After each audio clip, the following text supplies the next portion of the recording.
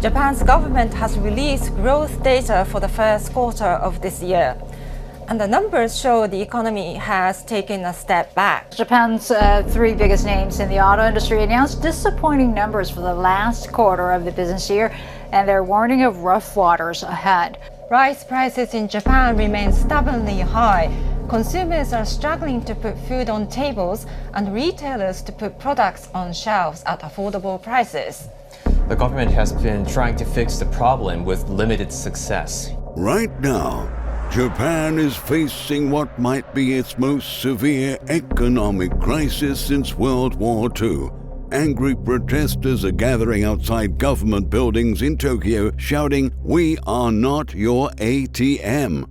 Rice, the cornerstone of Japanese culture, has disappeared from supermarket shelves. Families are surviving on rice seasoning because they can't afford proper meals. And in an unprecedented move that sent shockwaves through global markets, Prime Minister Shigeru Ishiba has just publicly admitted that Japan's financial situation is worse than Greece's.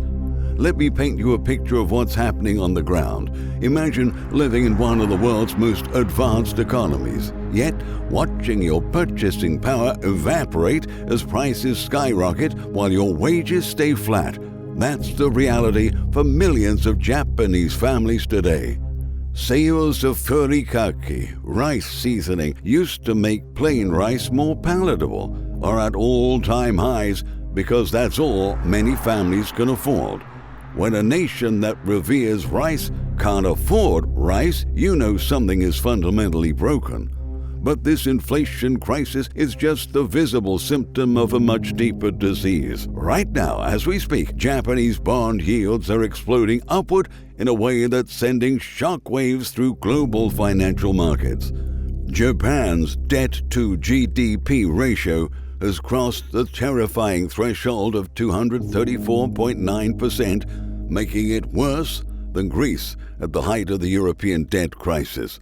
The Japanese economy is contracting, and those angry protests, they're just the beginning.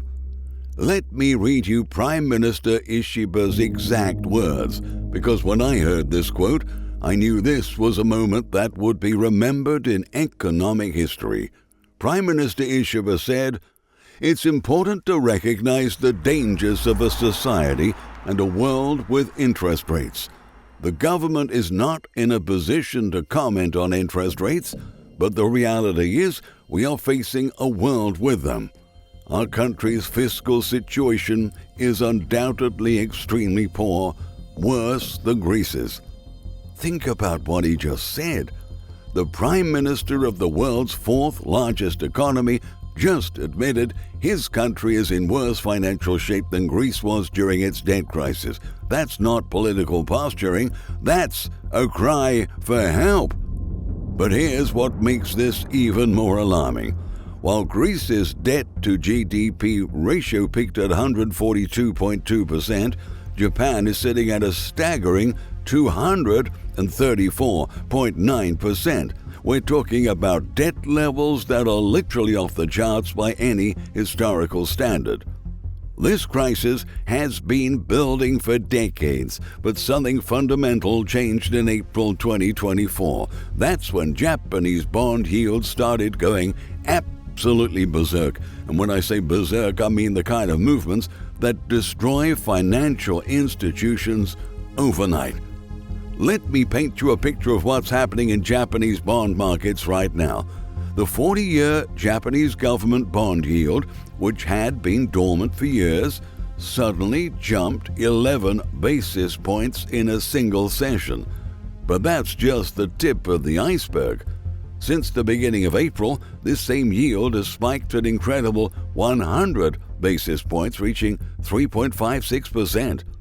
To put that in perspective, that's like watching a sleeping giant suddenly wake up and start thrashing around. When bond yields spike this dramatically, it means bond prices are collapsing. And guess who's been hoarding Japanese bonds for years? Banks, pension funds, and financial institutions, all over the world. We are talking about potentially trillions of dollars in unrealized losses that are sitting on the balance sheets of major financial institutions right now. These are not theoretical losses. This is real money that's evaporating as we watch. Meanwhile, Japan's economy isn't just stagnating, it's actively shrinking. In the first quarter of 2024, Japan's GDP contracted 0.2%, which was actually worse than the 0.1% contraction economists were expecting. On an annualized basis, the economy shrank 0.7%, again worse than forecast. But here's where it gets really interesting and really dangerous. Japan is caught in a perfect storm of economic pressures that mirror what happened to their economy in the 1990s, except this time, the stakes are much higher. Let me take you back to understand how we got here. Japan's economic miracle after World War II was legendary. By the 1980s, they had the highest per capita GNP in the world, but then came the Plaza Agreement back in 1985, creating a massive bubble that burst in the early 1990s. Japan entered the lost decade, actually much longer than a decade. From 1991 to 2010, Japan's GDP growth averaged less than 1% a year. But here's the crucial difference between then and now. In the 1990s, Japan had much lower debt levels and much more room for fiscal and monetary maneuvering. Today, they're trapped. The Bank of Japan has been buying government bonds for so long that they own nearly half of the entire Japanese bond market. Interest rates have been at zero or negative for years. Government debt has exploded to levels that would have been unimaginable in the 1990s. Now, here's where the global trade war comes in, and this is where things get really complicated for Japan.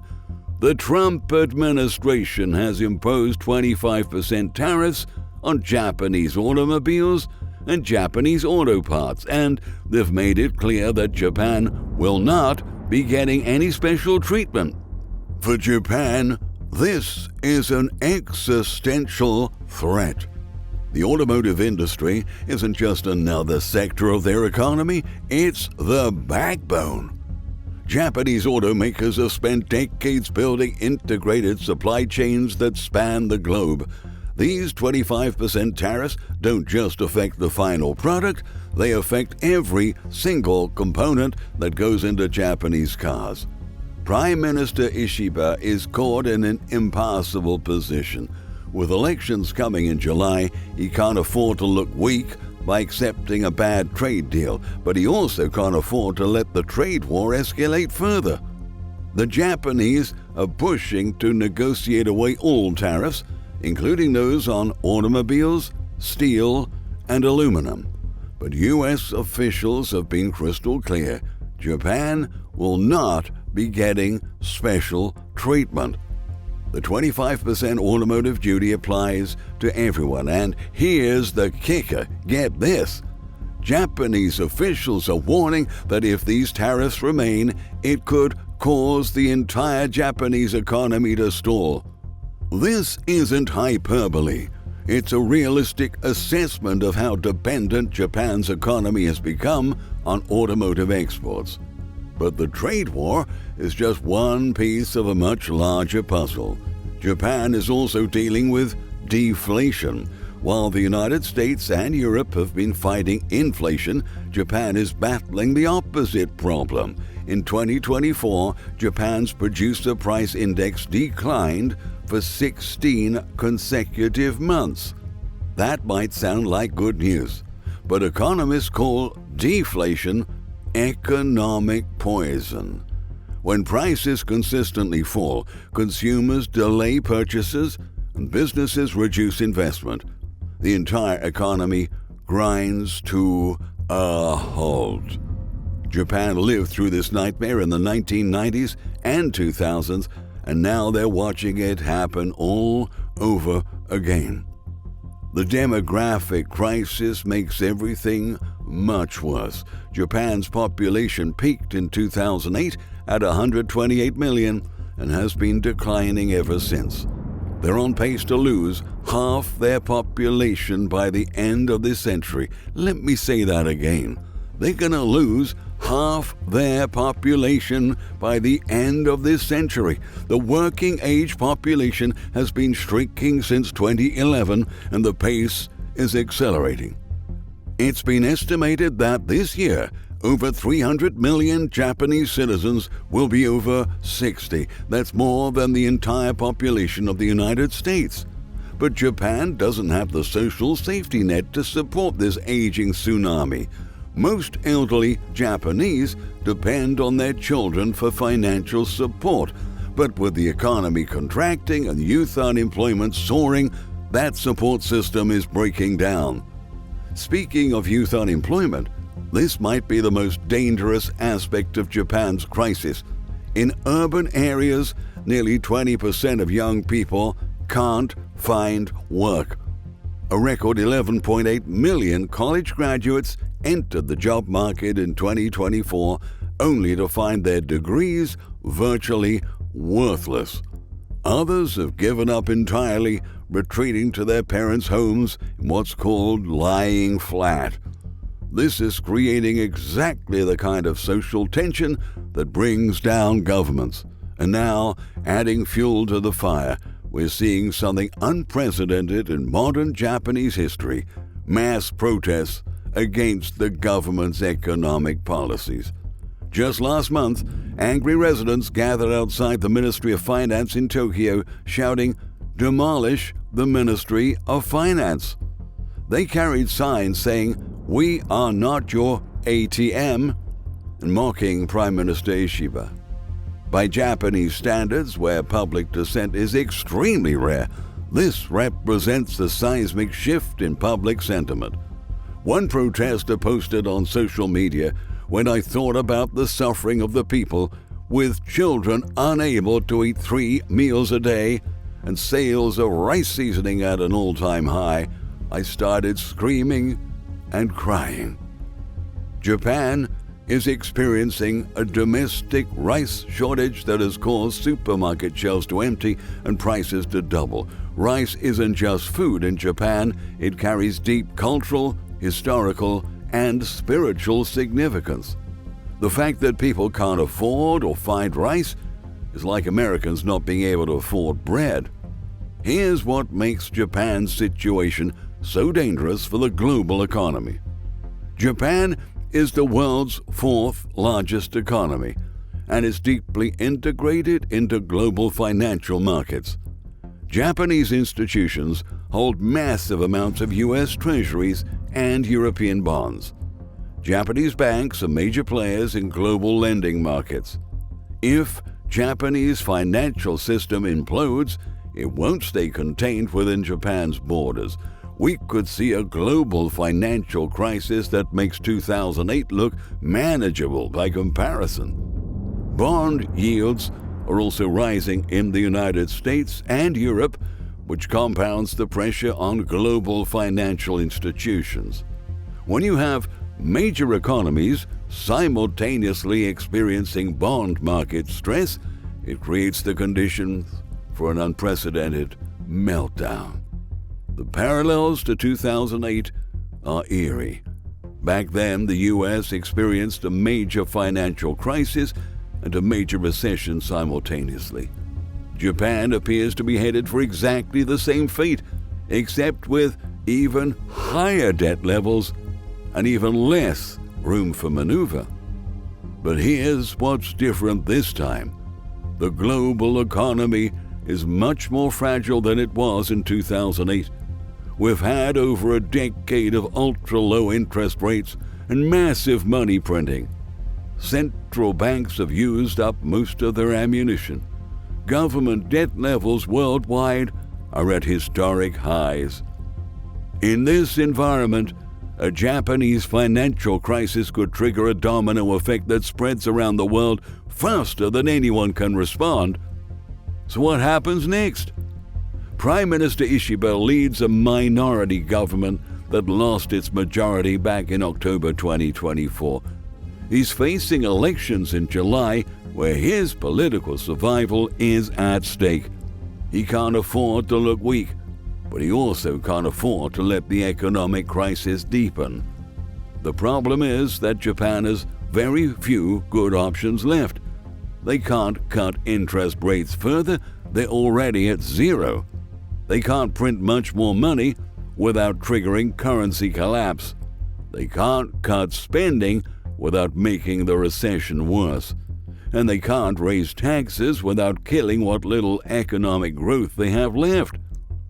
This is what economists call a policy trilemma, a situation where all your options are bad, and the least bad option might still lead to disaster. Keep a very close eye on Japanese bond yields over the coming weeks and months. If they continue to spike higher, it'll put tremendous strain on financial institutions worldwide that were counting on Japanese bonds as safe, stable investments. We're watching a crisis unfold in real time that has been 30 years in the making. Japan's lost decades never really ended. They just got masked by massive government debt and central bank money printing. Now, those chickens are coming home to roost.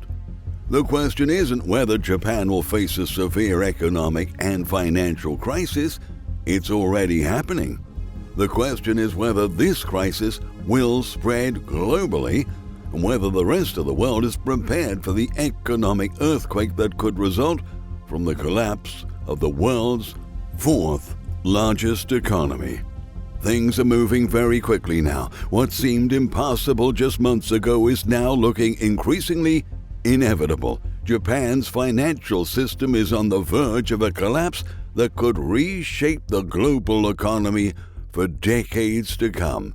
We aren't there yet, but we're getting closer every day, and when it happens, it's gonna happen fast.